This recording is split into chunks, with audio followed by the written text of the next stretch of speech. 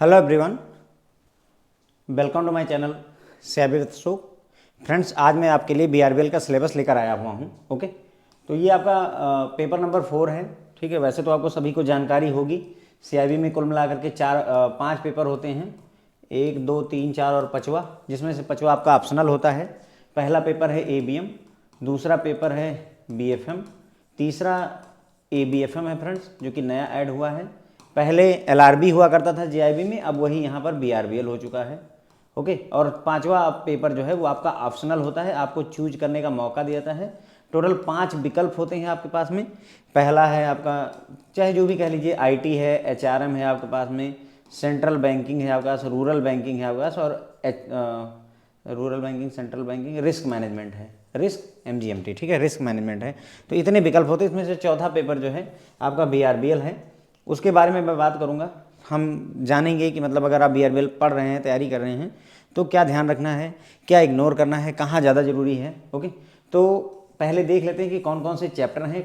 4 module हैं, A B C D, कौन कौन से चैप्टर हैं कहाँ पर, उसकी बात करेंगे। बीआरबीएल में एक बात ध्यान रखिएगा, मॉड्यूल सी और मॉड्यूल डी जो है आपके लगभग 60% से 65% तक कवरेज देते हैं। 65 से 60% से 65% तक सी एंड डी की वेटेज होगी। बाकी में ए प्लस बी, यानी ए और बी मॉड्यूल बाकी 40% में सिमट के रह जाता है, या और कम में ही सिमट के रह जाता है। तो ऐसे में हमें उधर वाले मॉड्यूल सी और डी को ज़्यादा फोकस करना है, क्योंकि क्या है कि वहाँ नंबर ऑफ चैप्टर्स भी बहुत ज़्यादा हैं, और एक एक चैप्टर में क्या है, जैसे मान लो पार्टनरशिप है, तो पार्टनरशिप में एक चैप्टर नहीं है, 5-5, 6-6 चैप्टर हैं पार्टनरशिप के। तो जिस चीज़ के 5-5 चैप्टर बन रहे हों, उसमें से क्वेश्चन आना ऑब्वियस हो जाता है। ओके, तो वो भी ख्याल रखेंगे, मैं बताता चलूँगा आपको, कोई दिक्कत नहीं है। Module A regulation and compliance पर है। यहाँ पर आपके पास में टोटल नंबर ऑफ चैप्टर्स हैं 7 मॉड्यूल ए में। देखिए, पहला है legal framework of regulation of bank, control over organisation of bank, regulation of banking business, inspection, return, winding up, merger acquisition. फिर उसके बाद में इंपॉर्टेंट चैप्टर है ये आपका।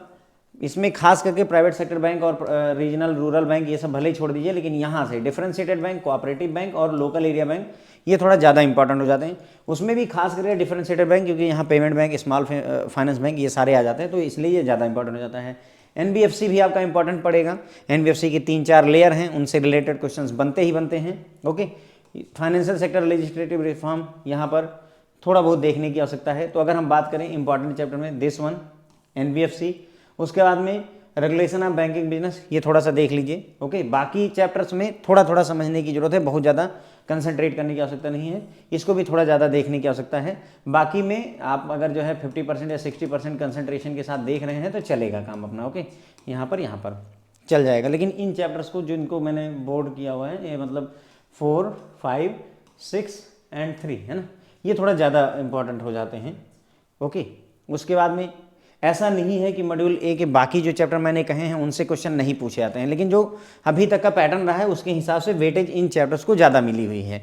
आईआईबीएफ प्रेडिक्टेबल नहीं है, हो सकता है कि अगली बार या उसकी अगली बार ये जिस चैप्टर को मैं बोल रहा हूँ इनको प्रायोरिटी नहीं देनी, उन्हीं को प्रायोरिटी दे बैठे और बाकी के चैप्टर वो छोड़ दे। इट इज़ पॉसिबल, वो ऐसा करते हैं। ओके, लेकिन फिर भी अभी के हिसाब से जो पैटर्न है वो मैं बता रहा हूँ। मॉड्यूल बी में important act, law and legal aspect of banking operation का पार्ट ए है, मॉड्यूल सी में पार्ट बी आएगा।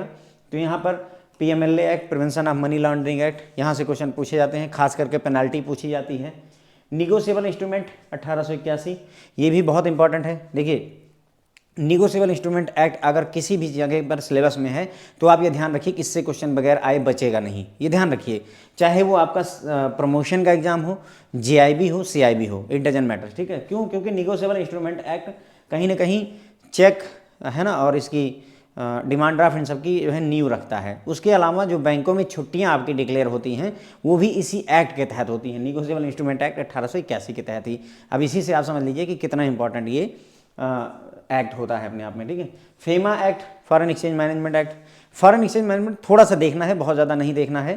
फेमा, क्योंकि यहाँ पर क्या है, आप फॉरेन एक्सचेंज नहीं पढ़ रहे हैं, आप फेमा एक्ट पढ़ रहे हैं, तो एक्ट के पॉइंट ऑफ व्यू से बहुत ज़्यादा इंपॉर्टेंट नहीं है। पेमेंट एंड सेटलमेंट एक्ट भी थोड़ा समझना है, बहुत ज़्यादा डिटेल में नहीं जाने की जरूरत है, ये थोड़ा सा इंपॉर्टेंट बनेंगे, ये आपके दोनों के दोनों। ठीक है, ये मतलब मॉर्टगेज, इसमें मॉर्टगेज हाइपोथेकेशन, लियन है ना, असाइनमेंट, ये सारी चीज़ें हैं। तो चैप्टर नंबर 12 एंड तो मतलब मैंने आपको बताया chapter number 9, chapter number 12, chapter number 13, ठीक है, ये भी बस देखना है, एक तरीके से समझ लेना है। तो अगर हम बात करें तो देखो निगोशिएबल इंस्ट्रूमेंट एक्ट अच्छे से पढ़ना है। चैप्टर नंबर 12 जो है आपका ये law related two charges 1 and 2, ये अच्छे से पढ़ना है। बाकी को आप जो है थोड़ा कम कंसंट्रेशन के पास साथ भी पढ़ेंगे तो चल जाएगा, क्योंकि क्वेश्चंस एक दो बनते हैं, एक आधे यहाँ से भर के क्वेश्चन आते हैं भाई। यहाँ से क्या होगा, देखो मॉर्टगेज हो गया, टाइप्स ऑफ मॉर्टगेज हो गया, हाइपोथेकेशन हो गया, उसके बाद में तुम्हारा असाइनमेंट हो गया, लियन हो गया, सेट ऑफ हो गया, सब यही भरे पड़े हैं और सब से क्वेश्चन बन जाते हैं। कई बार इन जितने भी टॉपिक बोले इन सब से क्वेश्चन वो बना देता है, तो ऐसे में ये इंपॉर्टेंट हो जाता है। अगर बात करें prevention of money laundering act, तो यहाँ से एक आधे क्वेश्चन, दो क्वेश्चन बहुत ज़्यादा पूछ जाते हैं। पेनाल्टी कितनी लगेगी, कितने साल की जेल हो सकती है, मैक्सिमम कितने अमाउंट की पेनाल्टी लगेगी। इसी तरीके से ये इंपॉर्टेंट है, यहाँ आपको check holder, holder in due course, drawer, drawee, है ना, पेई, ये सारे कॉन्सेप्ट यहाँ पर आ जाते हैं, तो ये इंपॉर्टेंट हो जाता है। Charges creation registration of charges थोड़ा सा समझने की जरूरत है, तो यहाँ से क्वेश्चंस एक आधे बनेंगे। पेमेंट एंड सेटलमेंट एक्ट से पिछली बार पूछा था कि किस डेट से इफेक्टिव हुआ है, वैसे भी आजकल जो है विदाउट ऑप्शन आ रहा है, तो यही पूछ लेते हैं। पेमेंट एंड सेटलमेंट एक्ट 2007, ये भी पूछा जा रहा है आजकल, पिछली बार का क्वेश्चन है। अब क्वेश्चन में थोड़ा सा डाउट है मुझे एग्जैक्टली नहीं, क्योंकि फ्रेंड्स ने जो भेजा उसके हिसाब से ये नहीं क्लियर हो पाया था कि पेमेंट एंड सेटलमेंट एक्ट 2007 में आया था, ये पूछा गया था, या किस डेट से इफेक्टिवली लागू हुआ था, ये पूछा गया था। ये बात क्लियर नहीं हो पाई है, बट फिर भी the question was there from the payment and settlement act. तो हमें दोनों डेट पता हूँ, 2007 में आया था, 2008 से शायद इफेक्टिव है किसी डेट से। हमें अगर दोनों डेट्स पता है तो हम आंसर कर सकते हैं। अब हो सकता है अगली बार आपसे ये पूछ ले फेमा एक्ट किस डेट से इफेक्टिव हुआ है, घुमाते रहते हैं, आपको पता ही है। ओके, तो ये पॉसिबल है। अब मॉड्यूल सी में आ जाइए। अब देखो मैंने आपको बताया ना, सी और डी, ए और बी मॉड्यूल में मैंने बताया कि ये जरूर पढ़ना है, बाकी छोड़ने के लिए बोल दिया। यहाँ मैं आपको बताऊंगा ये सारे पढ़ने हैं, केवल एक आधे दो चैप्टर आप छोड़ पाओगे, बाकी सब पढ़ना है आपको। ओके, यहाँ छोड़ने के चांसेस कम है। देखो बैंकिंग लोकपाल स्कीम जो है, इंटीग्रेटेड ऑम्बुड्समैन स्कीम जो होती है, बहुत इंपॉर्टेंट है, पूछी जाएगी 100%। यहाँ तक कि 5 नंबर की केस स्टडी तक आपको दे देगी। बैंकों के ऊपर जो है एक तरीके का कंट्रोल है, और कंट्रोल इंपॉर्टेंट होता है, तो इसलिए ये ठीक है। एमएसएमई थोड़ा पढ़िए, ज़्यादा नहीं, एमएसएमई थोड़ा पढ़िए, खास करके एक तो लिमिट पढ़िए, एमएसएमई की जो नई लिमिट है वो आपको पता होनी चाहिए। बहुत ही फेवरेट इनका क्वेश्चन है, अभी नहीं पूछ रहे हैं लेकिन फेवरेट है, ठीक है। उसके बाद में एमएसएमई में कई सारे चैप्टर हैं, एमएसएमई एक्ट में कई सारे चैप्टर हैं, हर चैप्टर किस चीज़ को रिलेट करता है, चैप्टर 1 किससे रिलेटेड है, चैप्टर 2, यानी एक्ट आया ना तो एक्ट में कई सारे चैप्टर बन गए, 5, 6, 10, 12 चैप्टर जो भी बने हैं, हर चैप्टर किसी न किसी पर्टिकुलर काम के लिए बना हुआ है, तो उसी से रिलेटेड क्वेश्चन आपसे पूछा था। मेरे ख्याल से पिछली बार उन्होंने पूछा था कि जो चैप्टर 2 है वो किससे रिलेटेड है, तो चैप्टर 2 जो है आपका ये जो एमएसएमई है, इसके लिए एक जो है अलग से वो डिपार्टमेंट बनाने के बारे में है, देख लीजिएगा कायदे से, ठीक है, या हमने पढ़ाया हुआ है उसमें वीडियोज में देखेंगे तो वहाँ दिख जाएगा, मैं बस केवल बता रहा हूँ आपको। अब देखो चैप्टर नंबर 17A आपका सरफेसी एक्ट पर आया, 17A B C D E F G इतने आएंगे, तो सरफेसी एक्ट यहाँ से शुरू हो रहा है। अब आप समझो किसी चैप्टर में 8 सब पार्ट हैं एक तरीके से। अब यहाँ से अगर कोई टीचर आएगा, एग्जामिनर आएगा, बिना क्वेश्चन पूछे जाएगा, नहीं जा पाएगा, तो ऐसे में ये चैप्टर ज़्यादा इंपॉर्टेंट हो जाता है। तो सरफेसी पूरा पढ़िए, देखिए ABCD है ना, डेफिनेशन ऑफ सरफेसी, सिक्योरिटाइजेशन के बारे में, enforcement of security interest, central registry क्या होती है, offences and penalty, miscellaneous registration of charges, 17H तक है, ठीक है। ई होता है 5, 6, 7, 8 जो है सब चैप्टर हैं, तो ऐसे में ये फ्रेंड्स जो है इंपॉर्टेंट हो जाता है। ओके, यानी कि जो भी, अब देखो यहाँ पर जो भी चैप्टर ऐसे हैं जिनके 4 चैप्टर 6 चैप्टर एक साथ बन रहे हैं, वो आपके इंपॉर्टेंट हो जाएंगे। जैसे चैप्टर नंबर 17 में 8 पार्ट हैं, कितने, 8 parts are there, obviously question will be there. इसी तरीके चैप्टर नंबर 18 में देखिए, 18 में 5 पार्ट्स आर देयर। ओके, तो 5 पार्ट है, तो ट्राइब्यूनल, एपलेट ट्राइब्यूनल, उसकी जो DRT वगैरह की बात हो रही है, ये इंपॉर्टेंट है, पूछा जाएगा, सारा का सारा पढ़ना। मैंने कहा था ना आपको कि बहुत ही कम होगा जो मैं बोलूँगा कि छोड़ सकते हैं, अभी तक मैंने कोई छोड़ने की सलाह आपको नहीं दी। हर चैप्टर अगले चैप्टर से ज़्यादा इंपॉर्टेंट हो जाता है। IBC insolvency and bankruptcy code 2016 बहुत इंपॉर्टेंट क्वेश्चन है, ये भी केस स्टडी तक दे जाता है। ये ABM का चैप्टर नंबर 25 है, ABM में चैप्टर नंबर 25 अगर आप पढ़ेंगे तो इंसॉल्वेंसी एंड बैंक्रप्सी बोर्ड 2016 की बात वहाँ पर हुई है। अगर वहाँ पढ़ा हुआ है ABM में तो यहाँ वो आपको हेल्प कर सकता है। ये चैप्टर थोड़ा ढीला छोड़ सकते हैं, बैंकर्स बुक एविडेंस एक्ट हल्का सा छोड़ा जा सकता है। अब अगला देखिए लोक अदालत है, ऑब्वियसली लोक अदालत आप नहीं छोड़ सकते, इससे क्वेश्चन बनेगा ही बनेगा, क्योंकि बैंकों में बहुत ज़्यादा यूज होता है। Consumer protection act obviously question will be there, consumer protection act, district level consumer redressal committee, central level, state level होती है, उनकी लिमिट क्या है, कितने अमाउंट तक का ले सकते हैं, क्वेश्चन होंगे। लॉ ऑफ लिमिटेशन से हर बार एक क्वेश्चन दो क्वेश्चन जरूर रखते हैं, खास करके वो एक टेबल दी हुई है लिमिटेशन की, उसी टेबल से ही क्वेश्चन उठाया जाता है, क्वेश्चन पूछा जाएगा। टैक्स लॉ हल्का ढीला कर सकते हैं। तो अभी तक मैं सिर्फ आपको बताया हूँ chapter number 20 bankers book evidence act और दूसरा टैक्स लॉ, जहाँ पर आप हल्का सा ढीला दे सकते हैं, पूरी तरह से नहीं। ओके, उसके बाद में बस यहीं पर ये ख़त्म हुआ मॉड्यूल सी। अब मॉड्यूल डी में आ जाइए।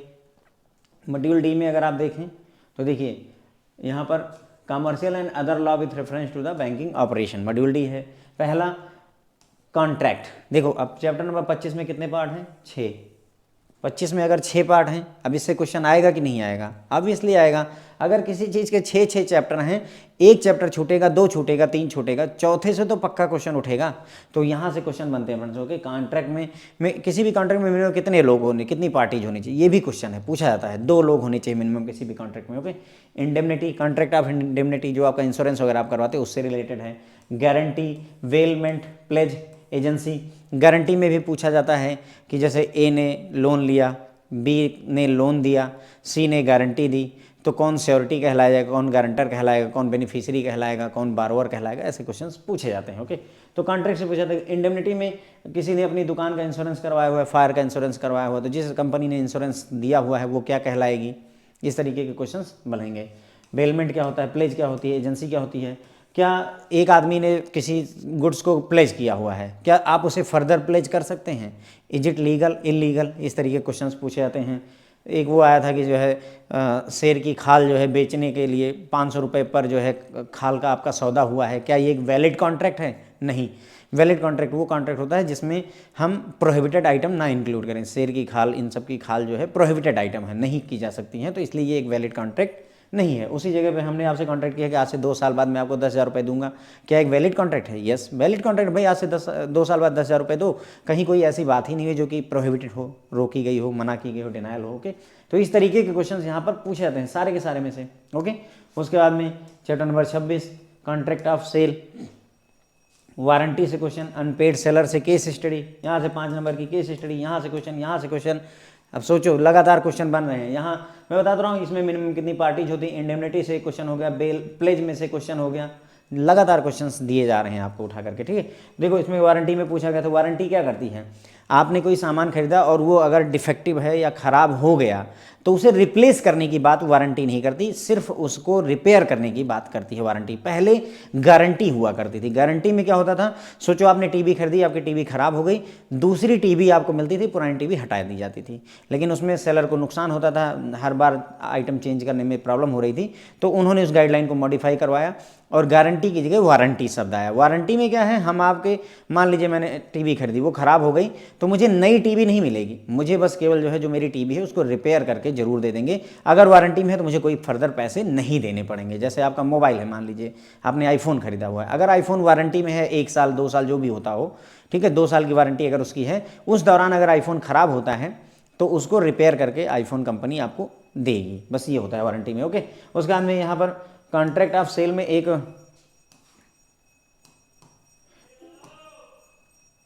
कोवेट इम्पटर एक शब्द है, कोवेट इम्पटर, यानी कि COVEATEMPTOR, ठीक है, कोवेट इम्पटर शब्द होता है। पूछा था इसका क्या मतलब होता है। देखो कोवेट इम्पटर शब्द का मतलब ये होता है कि जो बायर है वही जिम्मेदार होगा। इस शब्द का लिटरल मीनिंग है कि बायर इज ऑलवेज रिस्पॉन्सिबल। इसका वैसे मतलब समझें, मान लीजिए आपने कोई सामान खरीदा, आप दुकान पर गए, आपने फ्रिज खरीदी, ठीक है, फ्रिज आप अपने घर लाएं उससे पहले एक बार चलवा करके हम चेक करवा लेते हैं, भाई इसको प्लग करो, हमें चला के दिखाओ, ठीक लाइटें वगैरह जल रही हैं, सब कुछ ठीक लगा तो हम लेकर आते हैं। लेकिन अगर घर लाने के बाद में उसमें कोई प्रॉब्लम हो जाती है, the buyer is responsible, seller is not responsible. यानी कि कपड़ा आप खरीदने गए, कपड़े को चेक कर लीजिए, उसमें कटा है, फटा है, कुछ भी है, वहीं देख लीजिए। आप नहीं देख पाए, आपकी गलती होगी, यानी खरीदार की गलती होगी, बेचने वाले की गलती नहीं, उसने आपको चूना लगा दिया, मोटा मोटा समझिए ना, वो उसकी है, वो उसकी अपनी होशियारी है, आप उसके लिए कुछ कर नहीं सकते हैं। इसलिए बायर इज रिस्पॉन्सिबल ये बोलता है कोवेट इम्पटर शब्द। ओके, यानी कि बायर इज ऑलवेज रिस्पॉन्सिबल, आप ही की जिम्मेदारी बनाई जाएगी, उसमें सेल कॉन्ट्रैक्ट में किसी और की जिम्मेदारी नहीं बनेगी, सेलर अपनी जिम्मेदारी नहीं लेने वाला है। तो इस तरीके के डिफरेंट क्वेश्चंस यहाँ पर पूछे जाते हैं। उसके बाद देखो अब चैप्टर नंबर 27, अगेन 6 पार्ट में है ये chapter, 100% there will be question, है ना।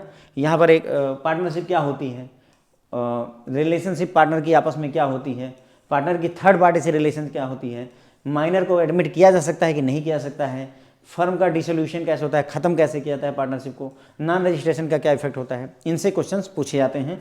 अब देखो यहाँ पूछा था पार्टनरशिप में, पार्टनरशिप करने के लिए मिनिमम कितने मेंबर होने चाहिए, 2, कितने, 2 के बगैर पार्टनरशिप कैसी भाई, इसीलिए लाइफ पार्टनर आप ढूंढते हैं क्योंकि 1 से 2 चाहिए होते हैं। ओके, तो 2 पार्टनर, अच्छा 100 होते हैं मैक्सिमम कितने नंबर ऑफ पार्टनर हो सकते हैं पार्टनरशिप फर्म में, 100 हो सकते हैं।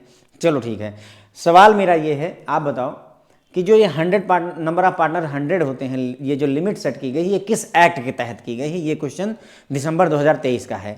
तो ऑब्वियसली आपको लग रहा होगा कि चूंकि हम पार्टनरशिप की बात करें तो पार्टनरशिप एक्ट में डिफाइन किया होगा, लेकिन ये पार्टनरशिप एक्ट में नहीं डिफाइन है, ये कंपनीज एक्ट 2013 के तहत है कि मैक्सिमम नंबर ऑफ पार्टनर 100 होंगे। और इस तरीके से मतलब एकदम सरल सा क्वेश्चन है, लेकिन देखो कैसे मतलब घुमाया IIB अपने आप को, ठीक है। खैर अगर आप अच्छे से पढ़े हैं तो ही आंसर कर सकते थे, वरना ज़्यादातर लोग पार्टनरशिप एक्ट की तरफ चले जाएं, क्योंकि मन में डाउट ही नहीं बनेगा यार, हमने तो ये पढ़ा मिनिमम पार्टनर कितने होते हैं, मैक्सिमम 100 होते हैं, मिनिमम 2 मैक्सिमम 100, कभी ये नहीं पढ़ा कि किस एक्ट के तहत ये बात कही जाती है कि मैक्सिमम 100 होते हैं। ओके, उसके बाद में इफेक्ट ऑफ नॉन रजिस्ट्रेशन, जून 2023 का क्वेश्चन है। अगर आप अपनी फर्म पार्टनरशिप फर्म को रजिस्टर नहीं करा तो उसके घाटे क्या होते हैं, मतलब उसका क्या प्रभाव पड़ेगा। देखो प्रभाव ये है, अगर आप रजिस्टर नहीं करवाते हैं और आप का उधार उस पार्टनरशिप ने किसी को पैसे दे रखे हैं तो उसकी रिकवरी के लिए आप कोर्ट कचहरी में नहीं जा सकते हैं, क्योंकि आप रजिस्टर्ड हैं ही नहीं। जब पार्टनरशिप रजिस्टर्ड ही नहीं है तो किसी के ऊपर केस किस बिहाफ पे करोगे, ओके, ये होता है। लेकिन आपके ऊपर केस किया जा सकता है, तो ये इसलिए इफेक्ट ऑफ नॉन रजिस्ट्रेशन का यही मुद्दा रहता है कि आपके ऊपर केस होगा, दूसरा आकर के आपसे पैसे वसूल के जाएगा, लेकिन आप अपने पैसे नहीं वसूल पाओगे। इसलिए बेहतर है कि पार्टनरशिप रजिस्टर करवानी चाहिए, लेकिन कंपलसरी नहीं है, फिर से ध्यान दें, इट इज़ नॉट कंपलसरी। उसके बाद में देखो चैप्टर नंबर 28 आ गया। अब आप देख ही रहे होंगे कि मतलब मॉड्यूल डी कितना इंपॉर्टेंट ले रहा है, हर एक चैप्टर जो है आपको धुआंधार क्वेश्चंस दे रहा है। 28 में भी देखिए जी तक है, ठीक है, 7 टोटल मिलाकर के 7 पार्ट्स आर देयर 28 में। अब ऑब्वियसली यहाँ से भी क्वेश्चन आपको मिलेंगे ही मिलेंगे। कंपनी के टाइप, कंपनी क्या होती है, MOA क्या होता है, MOS मतलब मेमोरेंडम ऑफ एसोसिएशन, AOA क्या होता है, article of association, doctrine of ultra vires क्या होता है, कंपनी की मेंबरशिप कौन ले सकता है, प्रॉस्पेक्टस क्या होता है, डायरेक्टर्स के बारे में।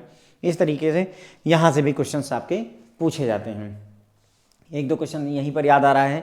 मान लो किसी बैंक के MD को RBI ने हटा दिया है, मान लेते हैं किसी बैंक का MD था, उसको RBI ने डिस्प्लेस कर दिया, मतलब कहने का उसको उसके पद से बर्खास्त कर दिया, तो ये MD किसके पास जाएगा दुहाई देने, मतलब कहने का अपील करने किसके पास जाएगा, तो सेंट्रल गवर्नमेंट के पास जाना होता है। इसी तरीके से मान लो कोई बैंक है, उसका लाइसेंस जो है RBI ने रद्द कर दिया, अब RBI ने रद्द कर दिया तो ये किसके पास जाएगा, बैंक किसके पास जाएगा अपने लाइसेंस के सही करवाने के लिए, अगेन सेंट्रल गवर्नमेंट के पास ही जाना होता है। ओके, कई बार क्या होता है ऐसे जो क्वेश्चंस बताए जाते हैं यही पूछ लिए जाते हैं, मैंने देखा हुआ है। मैंने रूरल बैंकिंग में एक पूरी 3-4 घंटे की क्लास ली और उसमें जो लिखा हुआ था उसमें से क्वेश्चंस कम थे, जो मैंने ऐसे ही रैंडम मुझे याद है और बोला वो क्वेश्चन ज़्यादा पूछ लेंगे, तो इसलिए बोल देता हूँ कि क्या पता क्वेश्चन आ ही जाए। ओके, उसके बाद में LLP थोड़ा यहाँ अब देखो यहाँ तक इंपॉर्टेंट रह गया। अब यहाँ पर थोड़ा सा आप जो है ढील दे सकते हैं, कोई दिक्कत नहीं, यहाँ पर थोड़े बहुत चांसेस हमें मिलेंगे। देखो यहाँ RTI को नहीं ढीला दे सकते हैं, ये दोनों चैप्टर हैं। राइट टू इन्फॉर्मेशन एक्ट, कितने दिन में डेटा देना होता है, अगर लाइफ और लिबर्टी से कितने घंटे में डेटा देना होता है, अगर आप RTI से के जवाब से संतुष्ट नहीं है तो किसके पास जाना होता है, इस तरीके के क्वेश्चंस आपसे मिल सकते हैं। तो LLP थोड़ा जो है ढीला दिया जा सकता है।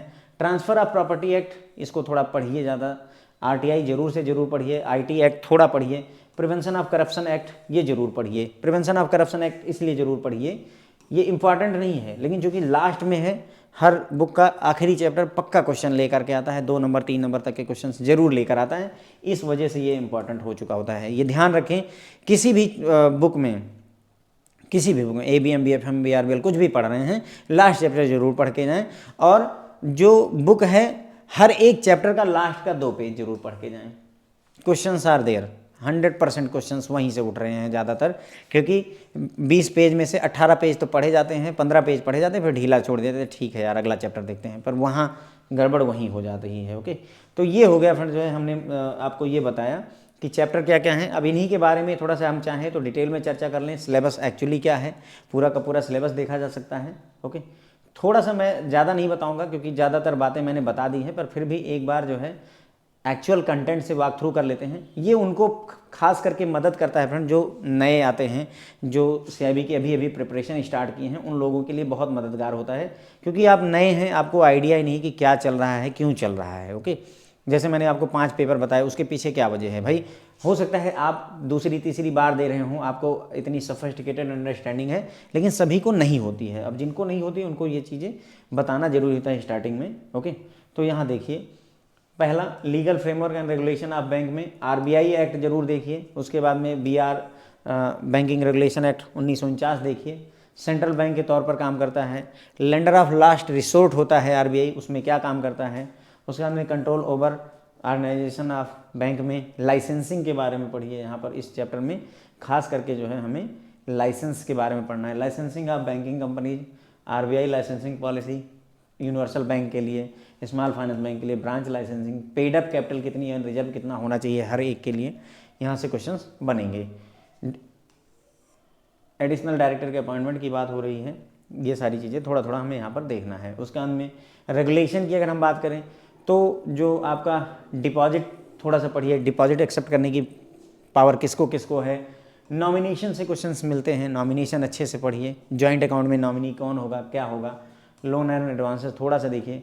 इंटरेस्ट रेट के रेगुलेशन के बारे में पढ़िए, ठीक है। Money market instrument, banking ombudsman, ठीक है। देखिए, एक तो बैंकिंग ऑम्बड्समैन पर पूरा चैप्टर है, लेकिन यहाँ पर भी थोड़ा बहुत दिया हुआ है, पर ये थोड़ा ही जो है काफ़ी सीरियस है, इसको ज़रूर से ज़रूर यहाँ पर हमें देखने की आवश्यकता है। ओके, रिटर्न, उसके बाद में inspection, winding up, merger acquisition, यहाँ पर जो है देखिए ऑडिट एंड ऑडिटर्स के बारे में ज़रूर देखिए। Annual account and balance sheet के बारे में, ऑडिटर्स के से रिलेटेड क्वेश्चन आया हुआ था कि आरबीआई अगर किसी ऑडिटर को बैन करती है तो कितने साल के लिए बैन करती है। ओके, स्पेशल ऑडिट क्या होती है, अमालगमेशन ऑफ बैंक्स, है ना। मर्जर के लिए कौन सी कमेटी रिस्पॉन्सिबल है, ये पूछा गया था कि मर्जर के लिए कौन सी कमेटी ने रिकमेंडेशन दी थी। नरसिम्हन कमेटी ने रिकमेंडेशन दी थी, तो यहाँ से क्वेश्चंस पूछे जाते हैं। उसके बाद में ये वाला चैप्टर थोड़ा ज़्यादा इंपॉर्टेंट, मैंने आपको बताया ना, यहाँ पर जो है वो आपका डिफरेंशिएटेड बैंक, डिफरेंशिएटेड भी हॉरिजॉन्टली और वर्टिकली डिफरेंशिएटेड होते हैं, उनसे क्वेश्चंस आते हैं। स्मॉल फाइनेंस बैंक हो गए आपके, ठीक है, स्मॉल फाइनेंस बैंक से क्वेश्चन था, पेड अप कैपिटल का। उसके बाद में लोकल एरिया बैंक से क्वेश्चन था, लोकल एरिया बैंक का मिनिमम स्टार्टअप कैपिटल कितना होता है, 5 करोड़ होता है। इससे क्वेश्चंस, मतलब भर के क्वेश्चंस यहाँ से इस चैप्टर से उठे थे। एनबीएफसी में आ जाइए, नॉन बैंकिंग फाइनेंशियल कंपनी में एनबीएफसी क्या होती है। ओके, इसकी जो डिफरेंट लेयर्स हैं, प्रूडेंशियल गाइडलाइंस, मतलब वही एनपीए वाली गाइडलाइंस, अब इसमें भी क्वेश्चन आया हुआ था। एक क्वेश्चन ये था कि एनबीएफसी, इनमें से कौन सी एनबीएफसी बेस लेयर में नहीं है, तो वो याद रहना चाहिए। दूसरा ये पूछा था कि जो आपका एनपीए है, देखो बैंकों में अभी क्या होता है कि अगर 90 डेज तक पैसा नहीं आता है, जनरल बात कर रहा हूँ, 90 दिन तक पैसा नहीं आता तो उसे एनपीए मान लिया जाता है, 91 दिन, ठीक है। लेकिन एनबीएफसी में अगर बेस लेयर की एनबीएफसी है तो अगर 180 दिन तक पैसा नहीं आता है तो उसे फ्रेंड्स हम एनपीए मांगते हैं 181वें दिन, ठीक है। क्लियर हो गई बात। तो आरबीआई ने कहा कि ये वाले से खत्म करके यहाँ आना है आपको, केवल बेस लेयर पर ये बात है, बाकी सारी लेयर की एनबीएफसी ऑलरेडी 90 डेज के क्राइटेरिया को फॉलो कर रही हैं। तो बेस लेयर को भी कहा गया है कि अगले कुछ वर्षों में आप जो है 90 दिन पर आ जाओ। तो सवाल ये था कि कब तक ये काम कर लेना है, तो 31 मार्च 2026 तक। कब तक? 31 मार्च 2026 तक आपको इस गाइडलाइन पर आ जाना है, ठीक है। तो यहाँ से क्वेश्चंस उठते हैं।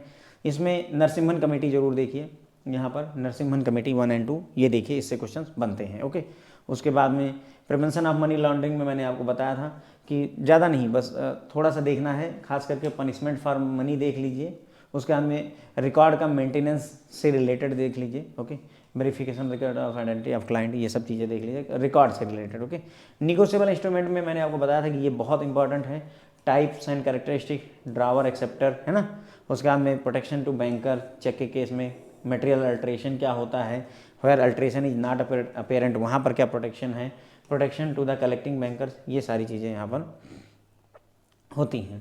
अब आगे बात करेंगे फॉरेन एक्सचेंज मैनेजमेंट, 1999 की मैं बात कर रहा हूँ, फेमा, ठीक है।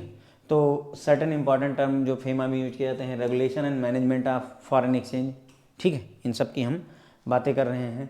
फेमा थोड़ा थोड़ा देखना है, बहुत ज़्यादा यहाँ पर नहीं देना है। डायरेक्टरेट ऑफ इन्फोर्समेंट है ना, उसके बाद में special provision relating to asset held outside India, थोड़ा थोड़ा देखना है, मैं फिर से कह रहा हूँ इसमें बहुत ज़्यादा नहीं करना है। पेमेंट एंड सेटलमेंट एक्ट में ज़्यादा नहीं, बस डेजिग्नेटेड अथॉरिटी अथोराइजेशन वगैरह देख लीजिए बस, बाकी ज़्यादा कुछ बात नहीं करना है। सेटलमेंट और नेटिंग में क्या फ़र्क होता है, आरटीजीएस और नेफ्ट में अलग अलग सेटलमेंट होता है, वो यहाँ पर थोड़ा सा देखिए, बस ज़्यादा नहीं। उसके बाद में ये वाला जो दोनों के दोनों चैप्टर फ्रेंड्स आपके इंपॉर्टेंट है, भयंकर इंपॉर्टेंट है ये वाले, मैंने आपको बताया ना, ये mortgage, document of title deed है ना, ये सारी चीज़ें ये इंपॉर्टेंट है। मॉर्टगेज के टाइप यहाँ इंपॉर्टेंट है, इसमें सारे के सारे appropriation, assignment, pledge, hypothecation, bankers lien, set off, सारे के सारे इंपॉर्टेंट है, कहीं कुछ छोड़ा नहीं जा सकता है। ये चैप्टर हल्का पढ़िए, चार्ज क्या होता है, कैसे जो है चार्ज का रजिस्ट्रेशन है ना, और उसका effect of non registration of charges, ये सारी चीज़ें कैसे होती है, सेटिस्फैक्शन ऑफ चार्ज क्या होता है ये, ठीक है। तो यहाँ से आगे बढ़ेंगे, मॉड्यूल सी की तरफ हम लोग बात करेंगे। यहाँ अब ये चैप्टर है, यहाँ पर इम्पॉर्टेंट शुरू हो गया आपका इंटीग्रेटेड अम्बड्समैन स्कीम जो है, ये ज़रूर पढ़िए फ्रेंड्स, यहाँ से क्वेश्चन पक्का पूछा जाता है इनके अपॉइंटमेंट के बारे में, ऑफिस के लोकेशन, रेड्रेसल ऑफ ग्रेवियंस है ना, initial scrutiny, passing of the order, सारी चीज़ें आपसे पूछी जाती हैं। एमएसएमई मैंने बताया आपको, एमएसएमई के लिमिट ज़रूर देख लीजिए, और ये जो आपका ये national board for micro small medium enterprises, ये किस चैप्टर, यही मैं बोल रहा था कि चैप्टर पूछ रहा है, तो ये national board for micro small and medium enterprises किस चैप्टर में इस्टेब्लिश करने की बात की गई, शायद चैप्टर 2 है, एक बार देख लीजिएगा। ओके, तो ये बस यहाँ पर ज़्यादा कुछ खास नहीं है। उसके बाद में सिक्योरिटाइजेशन आपका सरफेसी एक्ट है, कुछ छोड़ना नहीं है भाई, इसमें कुछ भी छोड़ना नहीं है।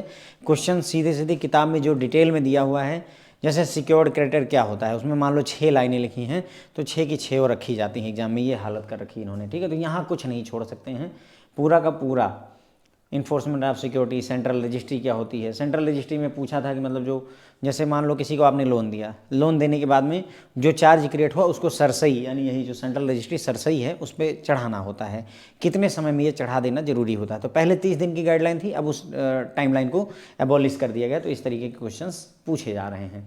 Offences and penalty, miscellaneous provision, उसके बाद में सेंट्रल गवर्नमेंट से परमिशन वाली बात, recovery of debt and bankruptcy act, यहाँ पर देखो ये अगला चैप्टर शुरू हो गया है आपका, ठीक है। तो ये डीआरटी वाला जो डेट रिकवरी ट्रिब्यूनल, उसके बारे में बात हो रही है, यहाँ पर भी सब देखना है, अपॉइंटमेंट की कितनी एज होनी चाहिए, क्या क्वालिफिकेशन होनी चाहिए, है ना, ये सारी बातें यहाँ पर हम करेंगे। ज्यूरिडिक्शन पावर क्या होती है, प्रोसीजर क्या रहेगा, रिकवरी ऑफ डेट के लिए क्या तरीका है, सारी बातें हमें यहाँ पर करनी है।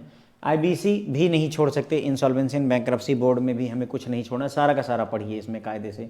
बैंकर बुक एविडेंस एक्ट में ज़्यादा नहीं, बिल्कुल हल्का सा एक ब्रीफ वॉक थ्रू कर लीजिए, ज़्यादा नहीं यहाँ ध्यान देना है। ओके, लीगल सर्विसेज, लोक अदालत, ये इंपॉर्टेंट है फ्रेंड्स आपका, ठीक है। लोक अदालत आपसे पूछा जाता है, 100% मिनिमम कितना जो है वो होना चाहिए, अमाउंट फंसा हुआ होना चाहिए कि आप लोक अदालत में अपना केस ले जा सकें। ओके, और इनकी क्या पावर्स वगैरह होती हैं, इससे रिलेटेड क्वेश्चन। उसके बाद में कंज्यूमर प्रोटेक्शन एक्ट में खास करके अनफेयर ट्रेड प्रैक्टिस क्या होती है, इनमें से कौन सा अनफेयर ट्रेड प्रैक्टिस नहीं है, ऐसा क्वेश्चन वहाँ पर पूछा जाता है। उसके बाद में जो आपका यहाँ पर ये है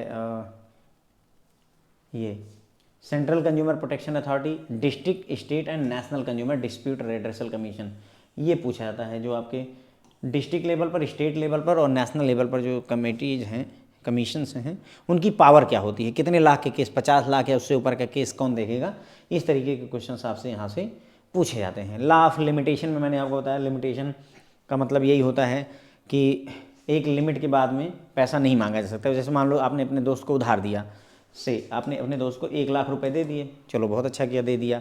अब आपके दोस्त से आपने कहा कि भैया 2 साल बाद हमको लौटा देना, 2 साल बीत गए, आपके दोस्त ने नहीं लौटाया, 10 साल और बीत गए, आपको याद ही नहीं आया कि चलो 2 लाख दिया था, ठीक है कोई नहीं।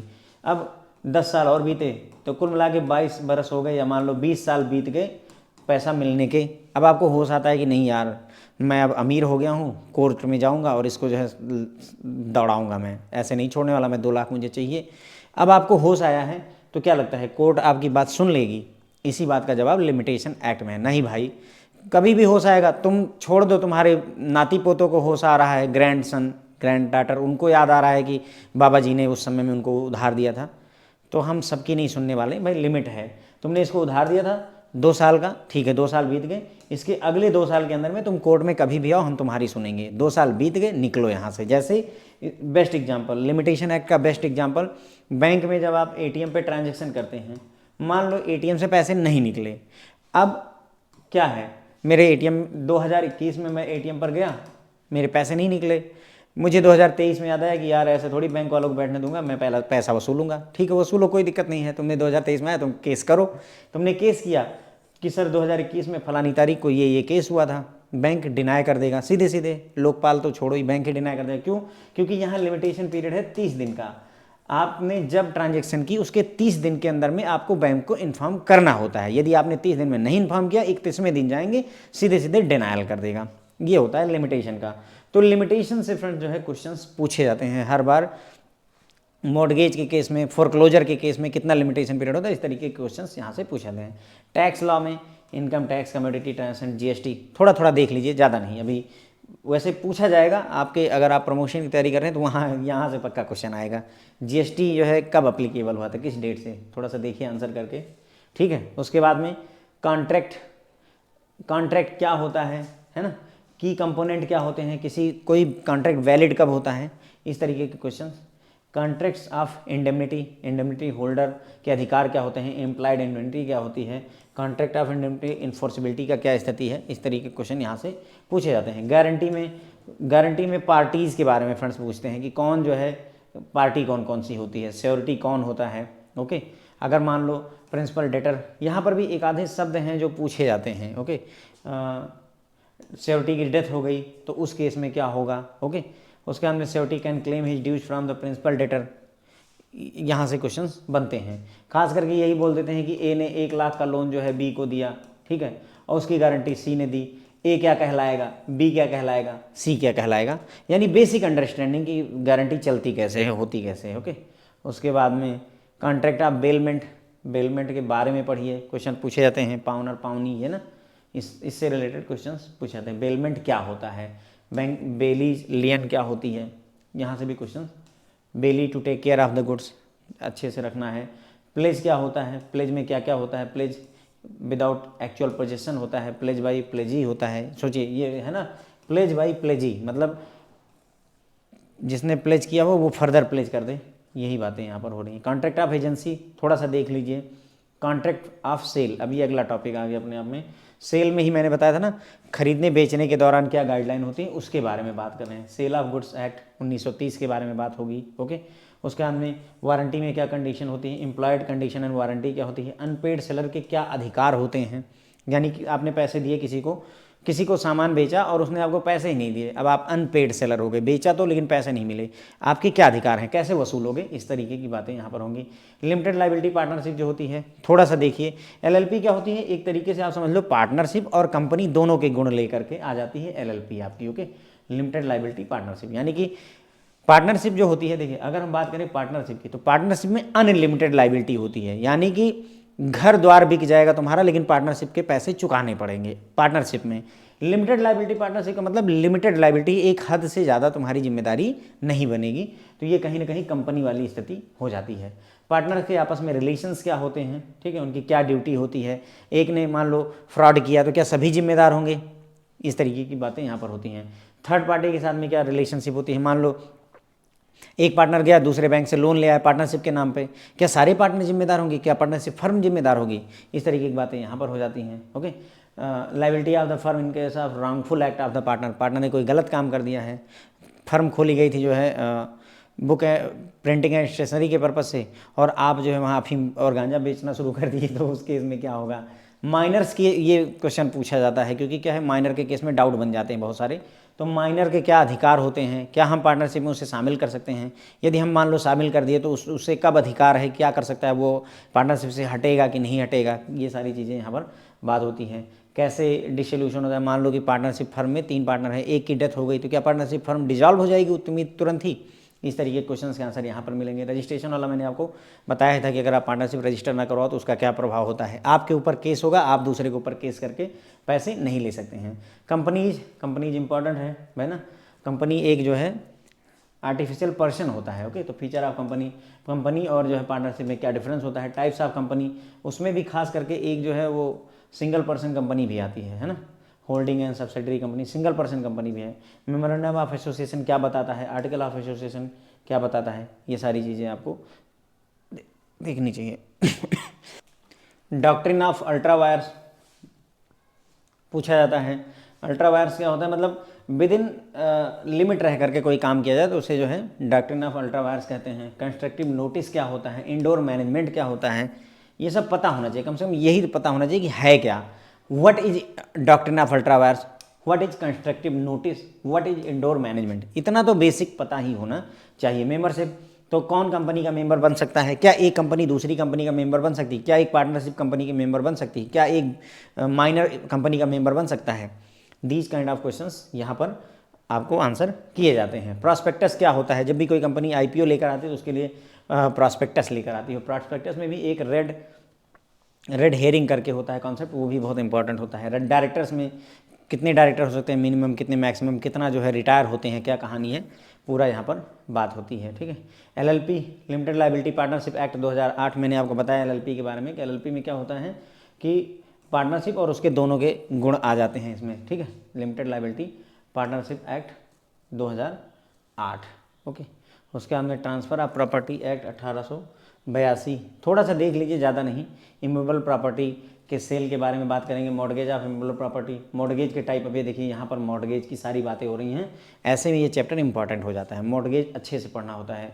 सेल विदाउट कोर्ट इंटरवेंशन, ये सारी चीज़ें। आरटीआई दोनों के दोनों, राइट टू इन्फॉर्मेशन, पूरी तरह से दोनों के दोनों चैप्टर इंपॉर्टेंट है। ये भी इंपॉर्टेंट है, मैंने मेन जब चैप्टर बताया तो वहाँ नहीं बताया था, बट ये ट्रांसफ़र ऑफ प्रॉपर्टी में ये इंपॉर्टेंट हो जाता है। आईटी एक्ट थोड़ा सा देखिए, थोड़ा सा कौन अथॉरिटी होता है, क्या होता है, वो सारा देखिए। प्रिवेंशन ऑफ करप्शन एक्ट 1988, यहाँ ये ज़रूर पढ़ लीजिए क्योंकि क्वेश्चन आया हुआ था कि मतलब कितने करोड़ का केस जो है डायरेक्टर ऑफ सीबीआई ऐसे करके भर करेंगे, कौन सा लोकल थाने में जाता है, कौन सा सीबीआई के पास, कौन सा है ना इकोनॉमिक ऑफेंस विंग के पास जाता है। इस तरीके के क्वेश्चंस यहाँ से पूछे जाते हैं। ओके। अपेंडिक्स आपको इतना देखने की जरूरत नहीं है। लोग बोलते हैं सर क्या सारे सेक्शन रटने पड़ेंगे, बिल्कुल नहीं रटना है। सेक्शन मग्गू बन के मत जाइए। ठीक है। जब चैप्टर पढ़ रहे हैं उसी समय जो सेक्शन आता है, ध्यान चढ़ता है उसे याद रखिए, नहीं ध्यान चढ़ता है कोई बात नहीं है, चलेगा काम अपना। ओके। जनरली क्वेश्चंस घुमाने वाले पूछे जाते हैं सीआईबी में, आप ये ध्यान रखिए। ठीक है। सीधे क्वेश्चंस नहीं पूछे जाते हैं। जनरली आपको which of the following is not true about contract, which of the following is not true about pledge, ऐसे क्वेश्चन ज़्यादा पूछे जाते हैं। मतलब आपको सारे विकल्प के बारे में अच्छे से नॉलेज हो तभी। यूपीएससी मॉडल समझ लीजिए, मोटा मोटा यूँ कह दीजिए, मोर लाइक यूपीएससी वाला हिसाब किताब रहता है कि सीधा क्वेश्चन तो पूछना ही नहीं है भाई, हर बार घुमाएंगे। ठीक है फ्रेंड, तो बस इसी के साथ में बीआरबीएल पर पूरी डिस्कशन हो चुकी है। होप है कि ये लेक्चर आपको काम आएगा जब आप अपनी प्रिपरेशन करेंगे। Thank you so much friends.